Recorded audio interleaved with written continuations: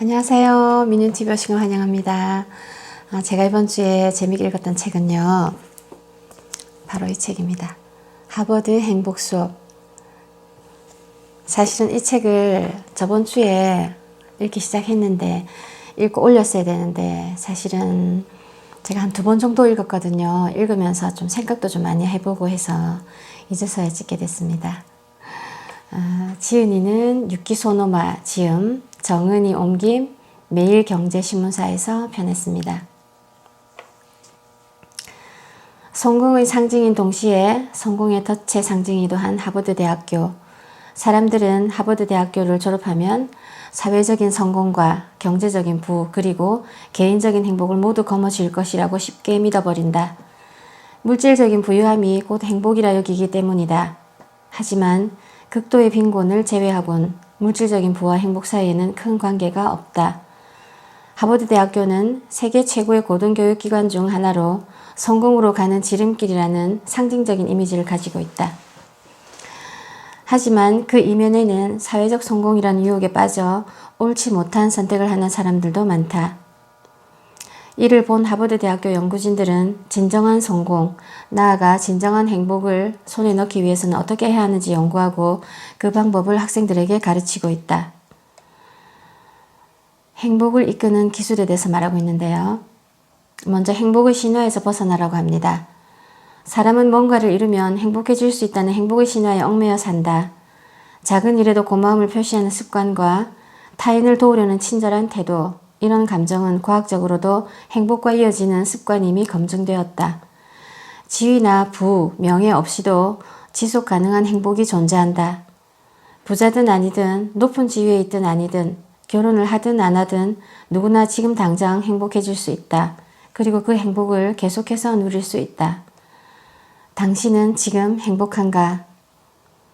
벤 샤르는 16살 때 이스라엘 전국 스쿼시 선수권 대회에서 우승을 차지했다. 상상을 초월하는 행복에 취한 그는 가족, 친구들과 함께 마을로 몰려나가 우승을 자축했다.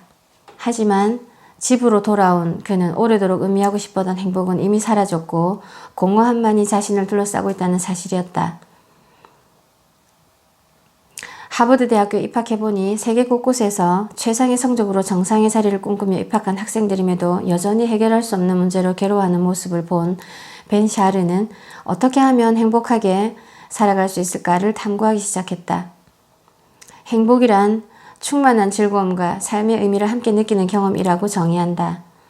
소득 증가를 가장 큰 목표로 하는 사회에서는 지위나 명예가 높아지고 수입이 늘어나는 것을 성공이라고 부르는 경향이 있다. 밤낮으로 일에 매달려도 끝이 보이지 않는 성취주의 패턴에 빠져 있는 것이다. 만약 이러한 성공이 허무하다고 느낀다면 진정한 성공의 의미부터 재정의해야 한다. 그리고 미래의 이익뿐만 아니라 현재의 즐거움도 얻을 수 있는 삶은 무엇인지 생각해야 한다. 의미 있는 활동을 통해 자신이 달성하고 싶은 최종 목표가 무엇인지 말할 수 있을 때, 즉 자신만의 진정한 성공의 의미를 재정의할 수 있을 때 행복을 향한 첫걸음을 내디딜 수 있다. 이제까지의 행복의 핵심에는 성공이 있다고 여겨졌다. 또 성공이라고 하면 보통 경제적 성공이나 사회적 성공을 가리켰다. 그러나 성공한다고 행복해진다고 단정할 수 없다. 페이스북을 개발한 마크 저커버그는 내가 하고 싶은 일은 회사 경영이 아니라 세상을 더 좋은 방향으로 변화시키는 것이다 라고 말한다.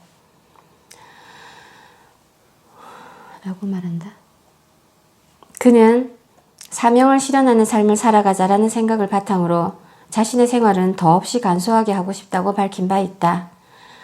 그는 일하는 시간 외에는 대부분 반려견, 가족과 함께 지내려 한다. 또한 가구도 별로 없는 매우 소박한 생활을 하고 있다고 한다. 그는 이미 행복이 중요하다는 것을 잘 알고 있었고 자신이 만족할 수 있는 일을 통해서 성공을 추구하고 있다. 당신은 스스로 어떤 일을 할 때 만족스러운지 생각해보자. 우리는 여전히 돈 없이 살아갈 수 없다. 어느 정도 생활을 영위할 수 있는 돈은 필요하다. 하지만 소득이 일정 수준 이상으로 올라갈 경우 행복도는 돈에 비례해 크게 변하지 않는다. 무엇보다 행복은 성공의 원인이다. 탈 벤 샤르는 행복하게 사는 것은 더 크게 성공하기 위한 수단이기도 하다. 행복은 반드시 성공을 불러오므로 행복을 먼저 추구하라는 인생 전략을 제안한다. 행복은 일, 건강, 우정, 사회성, 창조성, 활력을 포함한 다양한 분야에 두루 적용될 수 있고 결국 성공을 가져다 준다. 일본에서 가장 소중히 여겨야 할 기업에 선정된 일본 레이저사의 경우 도산 위기에 몰렸을 때 노부유키 사장이 부임했다. 그는 부임 당시 적자를 메우기 위해 정리해고를 하자는 임원들의 제안을 반대하며 정반대의 전략을 세웠다. 그는 직원들에게 어떤 상황에서도 해고하지 않을 것이다 라고 공언했고 스스로 월급을 삭감하며 이를 지켰다. 그의 취임 후 2년째부터 흑자로 돌아섰고 2010년엔 400억 원의 매출을 올리는 기업으로 등극한다. 직원을 지켜주는 사장이라는 믿음이 생기자 직원들도 자발적으로 나섰다. 직원들이 원할 경우 70세까지 일할 수 있다. 심지어 앞으로는 정년 자체를 80세로 늘릴 계획도 가지고 있다고 했다. 그는 늘 강조한다. 회사는 직원의 것이자 고객의 것이다. 나는 직원이 만족하는 회사를 만들기 위해 경영하고 있다. 이것이 결국 고객 만족으로 이어지기 때문이다. 그는 직원의 행복이 회사의 존폐 여부를 결정한다는 것을 잘 알고 있는 경영자이다. 물질적 성공으로 대변되는 성공의 덫에 빠지지 말고 자신만의 목표를 설정하고 행복을 지향해야 한다. 사회적으로 성공을 좇으면 행복하기 쉽지 않지만 스스로 행복한 사람은 생산성이 높다. 생산성이 높으면 조직과 사회에서 인정받고 지위와 급여가 올라 풍요로운 삶을 누릴 수 있게 된다. 행복을 유지하는 소비의 기술에 관해서 이야기하고 있는데요. 행복을 위한 전략을 실천하라. 우리가 받는 월급은 한정되어 있지만 적게 쓰면서 더 많이 즐긴다라는 절약의 원칙을 따르면 지금보다 더 행복할 수 있다. 주말 나들이나 자신을 위한 맛있는 커피 한 잔. 저는 커피를 마시면 잠을 잘 못 자서 일요일 같을 때 아침 식사하고 나서 믹스커피 한 잔 마시거든요. 제가 이렇게 책 읽으면서 믹스커피 한 잔 마시는 그 시간이 정말 행복한 시간입니다. 저한테도. 계속할게요. 금요일 저녁에 좋아하는 영화를 보는 등 소소한 즐거움을 일상적으로 누리는 사람은 소득 수준에 상관없이 삶의 만족도가 높다는 영국의 연구 결과도 있다. 또한 좋아하는 일을 할 때에도 경험의 횟수를 늘려 자주 즐기는 것이 더 효과적이다. 악착같이 돈을 벌거나 불안함을 안고 투자하면서 많은 재산을 소유하기보다는 돈 쓰는 법 자체를 고민하고 소비 습관을 현명하게 바꾸는 것이 행복하게 사는 데 도움이 된다. 그리고 물건보다 경험을 구매하라고 합니다. 행복해지기 위해서는 돈을 얼마나 벌지가 아니라 돈을 얼마나 쓸지를 고민하는 게 더 중요하다. 경험을 구매한다는 말은 물건이 아니라 자신이 가고 싶었던 여행이나 콘서트, 전시회 관람 등에 돈을 쓰는 행위를 뜻한다. 이 책에 필자분이 어머니와의 여행을 쓴 부분이 있는데요. 제가 읽어드리겠습니다. 언젠가 어머니와 교토를 여행한 적이 있다. 출장 하루 전에 그 지방에 가서 늦은 점심을 함께 먹고 하룻밤 정도만 자고는 짧은 여행이었다. 필자가 일하는 동안 어머니는 별 도리 없이 호텔에서 기다려야 했다. 그런데 몇 달이 지난 후 함께 아침을 먹던 어머니가 갑자기 말을 꺼내셨다. 저번에 함께 간 여행을 떠올리면 지금도 기분이 좋아. 물두부도 맛있었고 그곳에서 절에 갈 때 헤맸던 길은 꿈에도 나오더구나. 그때를 생각하면 정말 행복해서 또 가고 싶어. 라는 말씀을 하셨다. 그 말을 듣는데 슬쩍 눈물이 났다. 장거리 이동이 힘든 건 아닐까? 출장을 겸해서 여행을 가자고 하는 건 너무 염치 없는 일이 아닌지 등을 걱정했는데 그런 마음이 무색해지는 대화였다. 어머니는 여행이 행복했다고 말했고 필자는 어머니가 행복했다는 말을 해서 행복했다. 그 여행은 어머니와 필자의 마음속에 계속 추억으로 남아있을 것이고 우리는 그 여행을 떠올릴 때마다 행복하다고 느낄 것이다. 이처럼 물건보다 경험에 돈을 써서 행복하다고 느낀 기억은 누구에게나 있을 것이다. 그러나 경험 구매가 언제나 행복으로 이어지는 것은 아니다. 행복은 특정 부류의 경험을 살 때 한정된다. 노튼과 그의 동료는 다음과 같은 조건을 들었는데요. 여기 조건은 네 가지가 있습니다. 첫째, 행복해지는 경험이란 첫째, 타인과 함께하여 사회적 유대감을 높이는 경험이라 해야 되고요. 두 번째, 살면서 계속 되새기고 싶은 추억을 만들 수 있는 경험이라 해야 되고, 세 번째, 자아를 확실하게 실감할 수 있는 경험, 그리고 네 번째, 쉽게 비교할 수 없는 희귀한 기회를 제공하는 경험이라 해야 된다고 합니다. 경험 구매는 자존감을 높이고 인격적 성장 및 성숙으로 이어지기 때문에 행복을 증진하는 데 도움이 된다.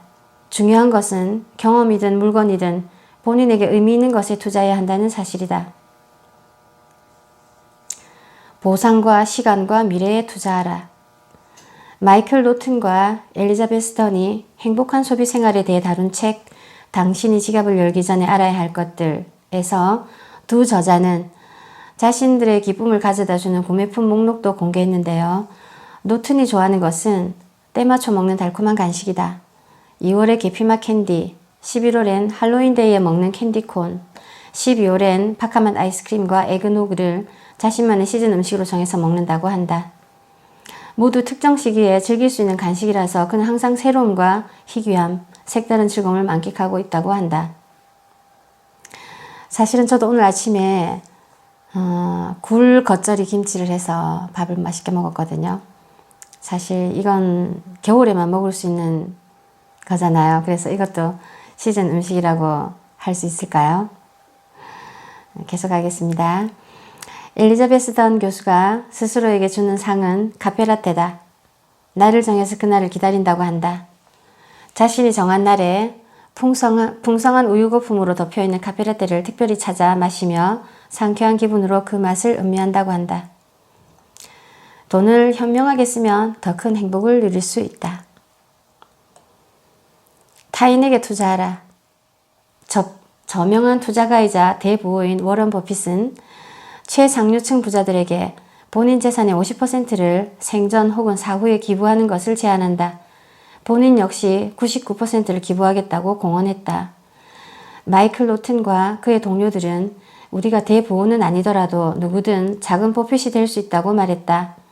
한국에서도 다양한 사회활동을 벌이는 크라우드 펀딩 사이트가 있다. 여성 인권부터 수족관의 돌고래를 바다로 돌려보내자는 자연보호 프로젝트, 유기동물 입양 제한에서 무료 진료소에 이르기까지 다양한 사회활동이 이루어지고 있다. 이처럼 사람들은 세계와 인류를 위한 프로젝트를 지원하면서 자신이 세상에 도움을 줄 수 있다는 것을 알게 될 때 자존감을 느끼고 결과적으로 자신을 위해 투자할 때보다 타인을 위해 투자할 때 더 행복해한다. 당신은 어떤 분야에 도움을 주고 싶은가?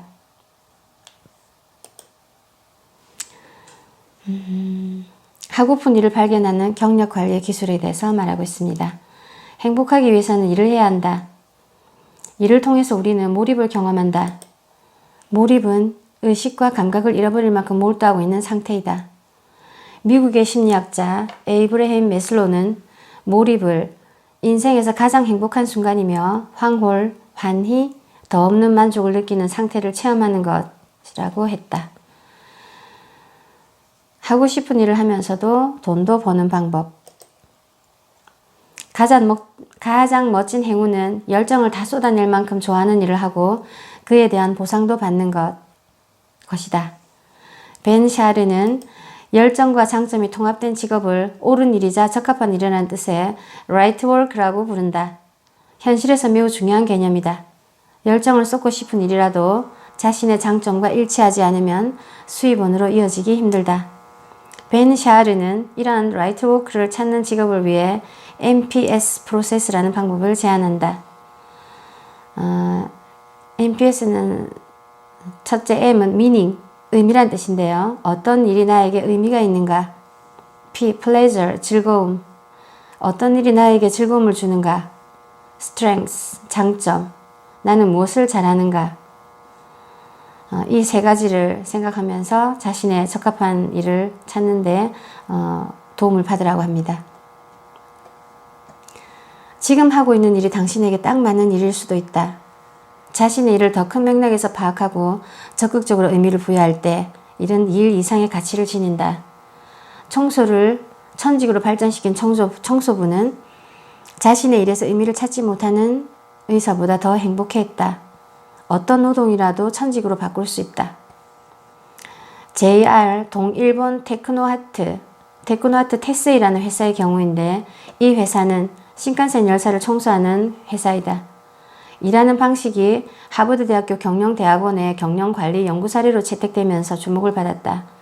직원들은 신칸센 열차가 도쿄역에 도착한 후 재출발을 위해 플랫폼으로 돌아가는 7분 만에 청소를 완료한다. 가공할 만한 속도다. CNN 여사는 이를 두고 7분의 기적이라고 보도했다. 이 혁신을 주도하며 테스의 전무이사 자리에까지 올랐던 야베 데루오는 직원들에게 단순히 청소하는 아저씨 아줌마가 아니라 세계 최고 기술을 자랑하는 신칸센의 청소를 지원하고 있는 기술자라는 점을 끊임없이 피력하면서 그들과 희로애락을 나누고 사기를 진작하며 주체성과 자주성을 조금씩 이끌어냈다. 이래에 자긍심을 갖게 된 청소 직원들은 솔선수범하여 변화된 모습을 보였고 열정적으로 일하기 시작했다. 나의 능력은 어디까지인지 자문해보자. 자신의 장점과 단점을 두세 가지씩 써볼 것을 제안한다. 특히 단점을 파악하는 데는 깊은 성찰뿐 아니라 자신의 약점과 마주보는 용기가 필요하다. 그러나 약점에 발목 잡혀 괴로워할 필요는 없다. 갤럽의 조사에 따르면 장점을 발휘하며 일하는 사람은 약점을 줄이기 위해 의식하며 일하는 사람보다 일에 대한 열정과 삶의 즐거움을 3배 이상 느낀다고 한다. 성찰의 시간을 가져라. 자신이 어떤 사람인지, 인생에서 무엇을 원하는지 먼저 파악하고 나서 직업과 직장을 선택해야 하며 그렇지 않으면 시간과 에너지를 낭비하게 될지도 모른다. 하버드 대학교 경영대학원 하워드 스티븐슨 교수는 비전을 그리기 위해서는 가장 최악의 순간과 가장 마지막 순간을 생각해보라고 했다. 즉, 자신이 장례식에서 어떤 이야기를 듣고 싶은지 생각해보는 것이다. 이는 인생의 마지막 순간에 어떤 모습으로 남고 싶은지, 무엇을 남길 것인지를 생각하는 것과 같다. 이런 생각을 하는 시기는 빠르면 빠를수록 좋다. 인간에게는 삶의 증거를 남기고 싶어하는 근원적인 욕구가 있다고 한다. 자신이 무엇을 남기고 싶은지를 생각하는 것은 자신의 근원적인 욕구와 대면하는 작업이다. 스티븐스는 어떤 사람이 되고 싶은지를 들어보면 그 사람의 가치관을 알 수 있다라고 말하며 중간에 흔들리지 않으려면 가치관을 바탕으로 한 꿈을 가져야 한다고 조언한다. 구체적으로 어떤 사람이 되고 싶은지를 생각하는 방법은 여러 가지가 있지만 잠시 멈추고 차분하게 생각하는 것보다 더 좋은 방법은 없다고 한다. 인생의 전환점을 맞을 때마다 자신의 장례식에서 듣고 싶은 이야기는 어떤 것인지 생각해보며 성찰의 시간을 가져보자. 내 인생의 그림을 풍성하게 그려가는 데 큰 도움이 될 것이다. 삶의 목적을 찾아라. 직업을 선택하고 성공하는 것은 삶의 목적을 달성하기 위한 수단에 지나지 않는다. 크리스텐슨 교수는 삶의 명확한 목적을 가지는 것은 반드시 필요한 일이며 목적이 없으면 키도 없이 배를 몰고 나가 풍랑에 휩쓸리는 것과 같다고 말한다. 그래서 그는 매년 마지막 강의에서 제자들에게 다음과 같은 3가지 질문을 던진다. 첫 번째, 어떻게 하면 자신의 일에서 행복을 찾을 수 있을까? 두 번째, 어떻게 하면 배우자 혹은 가족과 행복하게 살 수 있을까? 세 번째, 어떻게 하면 감옥에 가지 않고 살 수 있을까? 때때로 3가지 질문에 대해 답을 구하는 시간을 가지고 껍데기뿐인 삶을 살지 않도록 삶의 의미를 끊임없이 고민해야 한다. 그리고 그는 행복이 봉사 속에 있다는 진실은 변하지 않는다 라고 말했다. 행복한 삶을 만드는 목표 설정의 기술에 대해서 이야기하고 있습니다. 목적을 세워야 목표를 달성할 수 있다. 탈 벤 샤르는 지속 가능한 행복을 얻기 위해서는 구체적인 목표를 가져야 한다고 말한다. 목표의 역할은 우리를 구속으로부터 해방하는 것이라고 말한다. 목표를 세우면 지금 어디에 있는지, 어디에 도착할지를 모르는 불안함과 걱정에서 해방되어 지금 이 순간을 즐길 수 있다고 한다. 더 큰 행복과 성공을 얻기 위한 바람직한 방법은 자신을 고취시키는 의미 있는 목표를 찾아 노력하는 것이다. 리보머스키 교수가 제안하는 의미 있는 목표란 다음과 같다. 첫째, 스스로 선택한 목표라야 한다. 두 번째, 회피형 목표보다는 접근형 목표라야 한다. 세 번째, 새로운 활동에 도전하는 목표라야 한다. 성공에 대한 확신은 없지만 최선을 다해야 하는 목표야말로 의지를 북돋워 달성 과정에 집중할 수 있게 만든다. 한 번 더 읽어볼게요. 성공에 대한 확신은 없지만 최선을 다해야 하는 목표야말로 의지를 북돋워 달성 과정에 집중할 수 있게 만든다. 제게 이런 목표가 있는지 한번 생각해 봤습니다. 하버드 대학교 출신 지휘자이자 뮤지컬 영화 웨스트 사이드 스토리의 작곡가인 고 레너드 번스타인이라는 분의 얽힌 유명한 일화가 있는데요. 한 청년이 와서 이렇게 물었어요.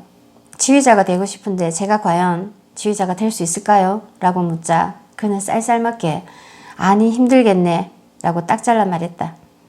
청년이 그 이유를 묻자 나에게 그런 질문을 하기 때문이네 라고 답했다. 고 번스타인은 음악가를 꿈꾸는 순간 당신은 이미 음악가이다 라는 명언을 남겼다. 이 세계적인 거장은 꿈이나 목표를 실현하는 데에는 자기 의지에서 나온 주체적 동기가 더 중요하다는 사실을 알고 있었다. 동기는 목표 설정과 달성에 영향을 끼친다. 목표 달성을 바란다면 자신에게 타당한 목표가 무엇인지 파악해야 한다. 타당한 목표를 찾는 것은 물속에서 까치발을 한 채 땅에 발이 닿는 것을 탐색하는 작업이나 마찬가지다. 자신의 기량과 소질을 꼼꼼히 살펴야 하므로 힘들고 괴로운 작업이 될 것이다. 그러나 행복해지려면 결코 넘겨버릴 수 없는 과정이다. 목표를 확신할 수 있는 궁극의 질문에 대해서 이야기하고 있습니다. 경쟁 전략으로 유명한 하버드 대학교 교수 마이클 포터는 제자들이 이제부터 어떤 일을 해야 성공할 수 있을까요? 라고 물으면 반드시 이렇게 답한다고 합니다. 보수를 받지 못하더라도 하고 싶은 일이 무엇인지 생각해 보라고 답한다. 명예나 높은 수입을 바라고 직업을 선택한 사람은 위대한 경영자가 될 수 없다. 이것이 포터 교수의 지론이다. 보수를 받지 못해도 그 일을 하고 싶은가? 여러분은 이런 일이 있으신가요? 여기서도 저도 생각을 많이 해봤습니다.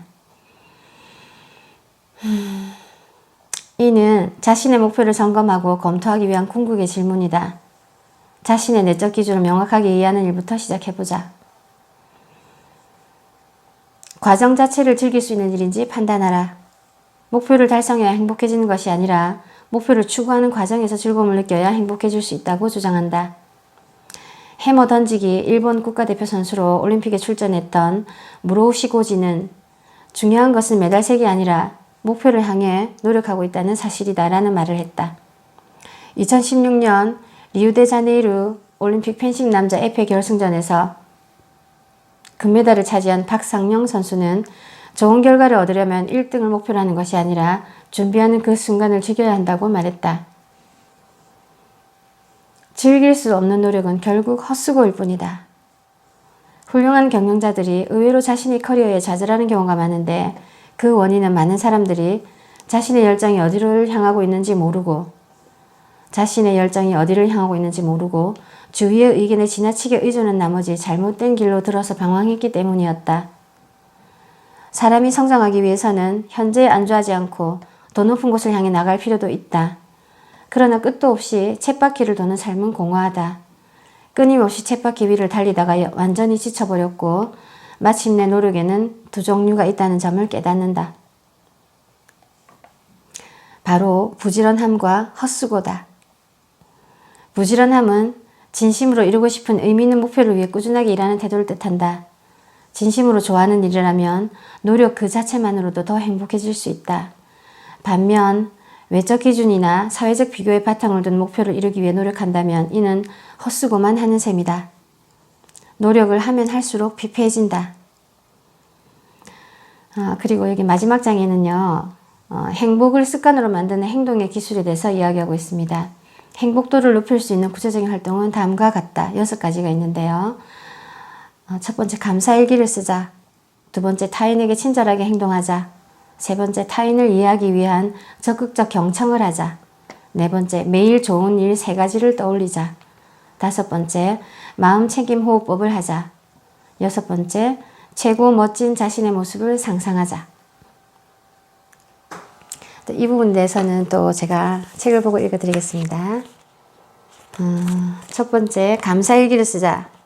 인데요. 고마움을 표현하는 일기를 쓰자. 10에서 15분 동안 최근 일주일 내에 고마웠던 일을 5가지 내로 쓰고 차분한 마음으로 그 일을 떠올려 본다. 감사일기는 매일 쓰지 않아도 된다. 오히려 주 1, 2회 정도 쓰는 것이 더 효과적이다. 감사한 일을 좀 더 깊게 들여다볼 수 있고 매일 써야 한다는 부담감도 줄어들기 때문이다. 그 다음에 타인에게 친절하게 행동하자. 일주일 중 특정 요일을 정해 그날 하루 동안 5가지 친절한 행동을 한다. 헌혈을 하거나 아무도 하지 않으려는 잡무를 먼저 해결하거나 식사를 준비하고 설거지하는 등의 행동을 실천한다. 남을 놀라게 하는 등 친절한 행동도 좋다. 특히 지금까지는 신경 쓰지 않았던 방식으로 친절을 실천해보자. 그리고 자신이 언제 어떤 행동을 했는지 한두 줄이라도 기록한다. 어떤 기분이었는지를 함께 적으면 행복을 더 쉽게 느낄 수 있다. 세 번째, 대답을 위한 경청이 아닌 이해하기 위한 적극적 경청을 하자. 일주일에 최소 한 번, 적어도 10분 이상 중단되거나 방해받을 염려가 없는 곳에서 관계를 돈독히 하고 싶은 사람이 이야기를 듣는다. 이를 꾸준히 해 습관으로 만들어야 한다. 이때 편안한 자세로 시선을 맞추고 고개를 끄덕이면서 경청하는 것이 좋다. 때때로 상대방 이야기에 맞장구 치거나 질문하고 공감을 표현한다.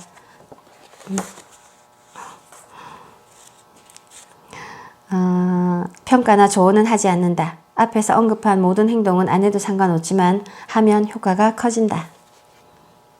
그 다음에 매일 좋은 일 3가지를 떠올리자. 적어도 일주일 동안 매일 15분씩 시간을 내서 그날 순조롭게 진행된 일 3가지를 기록한다. 먼저 전체 내용을 정의하는 제목을 붙이고 구체적으로 무엇을 했는지, 무슨 일이 일어났는지를 가능한 한 자세히 쓴다. 그 일이 순조롭게 진행된 이유에 대해서도 설명한다. 사소한 일이든 큰 사건이든 상관없지만 중요한 점은 직접 손으로 기록하는 것이다. 머리로 생각만 하는 것으로는 충분하지 않다. 꾸준하게 실천할 수 있도록 잠들기 전에 시간을 정해서 쓰는 것이 효과적이다.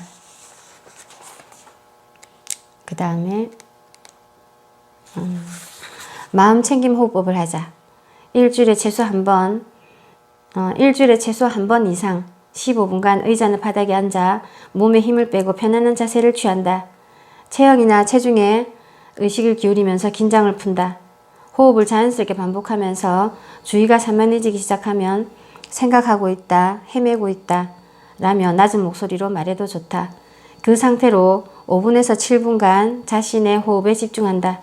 때때로 딴 생각에 잠길 수도 있지만 다시 호흡에 의식을 집중한다. 몇 분 후 신체로 의식을 돌리며 오늘 이 시간에 감사한다. 그리고 6번째, 저는 이 부분이 제일 좋았는데요. 뭐냐면 미래를 그리는 연습을 하자. 2주에 한 번 15분 동안 미래의 삶을 그려보는 시간을 가진다. 자신이 상상할 수 있는 최고의 모습을 마음속으로 그려보자. 그 모습을 떠올렸다면 15분 동안 최고의 미래에 대해서 길게 적어본다. 지금은 비현실적으로 보일지라도 실현할 수 있는, 그리고 실현하고 싶은 최고의 자신과 멋진 미래에 초점을 맞춰야 한다. 구체적으로 그릴수록 효과는 커진다. 상상력을 발휘하여 창조적으로 미래 모습을 써보자.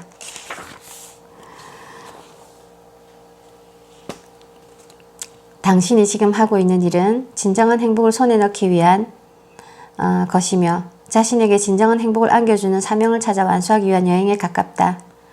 그 길을 어떻게 선택하고 그 여행을 어떻게 즐길지에 대해 이 책은 행복과학의 지식과 연구 결과를 두루 소개했다. 이 책에는 지속 가능한 행복을 얻기 위한 다양한 사고방식과 실천 방법이 소개되어 있으나 모든 기술이 누구에게나 도움이 된다고 단언할 수는 없다. 자신에게 관심 있는 방법을 골라 시도해보기를 권한다. 모든 기술은 이론으로 습득하는 것에서 시작된다. 그 이론을 실천하여 습관으로 굳히는 과정을 통해 기술은 가치를 지니게 된다. 자신에게 적합한 행복의 기술을 찾아 꾸준하게 실천하여 습관으로 만들면 지속 가능한 행복을 손에 넣을 수 있다. 행복은 기다리는 것이 아니라 만드는 것이다. 그리고 행복을 만들어내면 성공은 따라온다. 행복은 성공을 이끈다. 이 책을 읽으면서 제가 제일 마음에 와닿았던 문장이 이건데요. 행복은 기다리는 것이 아니라 만드는 것이다. 제가 준비한 영상은 여기까지인데요.